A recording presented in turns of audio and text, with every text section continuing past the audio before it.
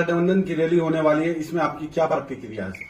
देखिए, तमामतर सियासी पार्टियों को रैली, रेला, जनसभा करने की इजाजत है, लेकिन जो पार्टियां विपक्ष की होती हैं, छोटी होती हैं, वो तो अपनी जमीन तलाश करती हैं।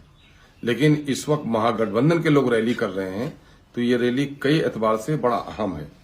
अब देखने की जरूरत यह है कि महागठबंधन में वो घटक भी शामिल है जो लालू जी का घटक है, यानी कि राजद शामिल है, और तेजस्वी साहब जो इस वक्त डिप्टी चीफ मिनिस्टर हैं, मुमकिन है कि वो सीमांचल में आकर बड़ा ऐलान करें तो सीमांचल के लोगों के लिए बड़ी खुशखबरी होगी।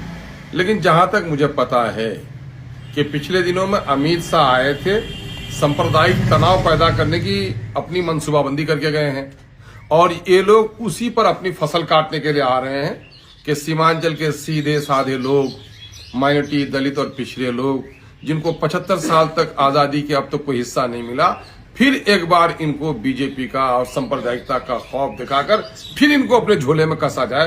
अब तक तो मुझे यही मालूम है।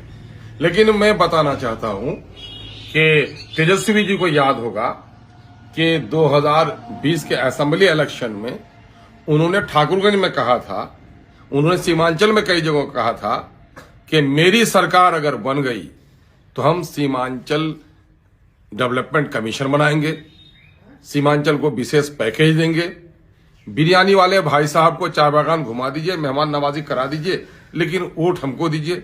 इत्तेफाक से हुआ यह है कि बिरयानी वाले भाई साहब के लोगों को तोड़कर आप अपने झोली में भी कर लिए हैं। कुछ वोट तो आपको पहले मिले थे और बाकी कसर आपने पूरी कर ली हमारे लोगों को छीनकर। तो अब वक्त आ गया है कि सीमांचल के लोग आपसे हिसाब पूछ रहे हैं। सीमांचल आ रहे हैं, आपका इस्तकबाल है, कन कन की ओर से, जन जन की ओर से। लेकिन शोषित, पीड़ित और ठगी हुई जनता ये आवाज भी लगा रही है कि अपने वादे को वफा कीजिए, सीमांचल डेवलपमेंट काउंसिल का ऐलान कीजिए, सीमांचल के लिए विशेष पैकेज का ऐलान कीजिए, राघोपुर और छपड़ा को जोड़ने वाली गंगा पर 6000 करोड़ से बनने वाले दोनों पुलों के बराबर कम से कम 6000 करोड़ देकर महानंदा, मेची, कनकई, डोक, परमान पर पुलों का ऐलान कीजिए। अगर आप चाहते हैं कि सीमांचल के लोग आपके पास आएं, हमें सत्ता से मोहब्बत नहीं है, हम सीमांचल के लोगों के दुख और दर्द की दवा चाहते हैं। माननीय मुख्यमंत्री जी भी आ रहे हैं जो कह रहे हैं कि न्याय के साथ विकास, तो न्याय कीजिए।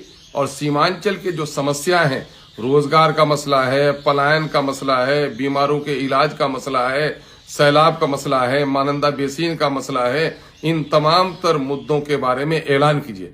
अगर आपने ऐलान किया तो यहाँ की जनता सम्मान भी देगी, आपको समर्थन भी देगी।